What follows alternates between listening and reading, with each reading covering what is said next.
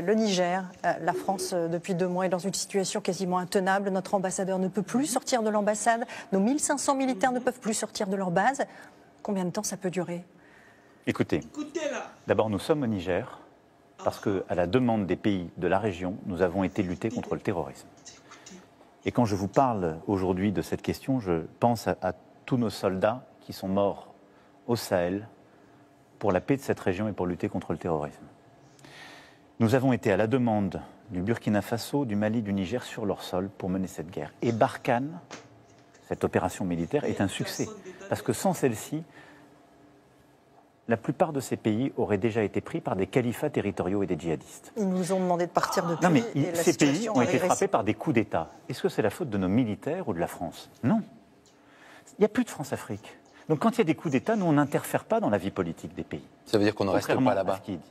Mais j'ai eu cet après-midi le président Bazoum, parce que la seule autorité légitime du Niger, c'est le président Bazoum qui a été élu par son peuple. Et qui est détenu. Et qui aujourd'hui est détenu en otage et est l'objet de ce coup d'État, parce qu'il menait des réformes courageuses et parce qu'il y a, au fond, des règlements de compte largement ethniques et beaucoup de lâcheté politique.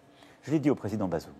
Et donc, la France a décidé de ramener son ambassadeur. Et donc, dans les prochaines heures, notre ambassadeur, avec plusieurs diplomates, rentreront en France.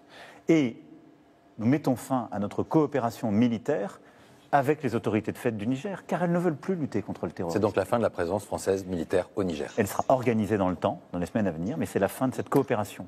Parce que nous ne sommes pas là pour participer à la vie politique, pour être les otages, en quelque sorte, de putschistes.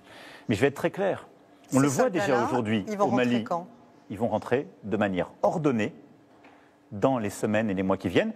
Et là, nous concerterons avec les putschistes, parce que nous voulons que ça se fasse dans le calme. Mais d'ici la fin de l'année. Mais d'ici la fin de l'année.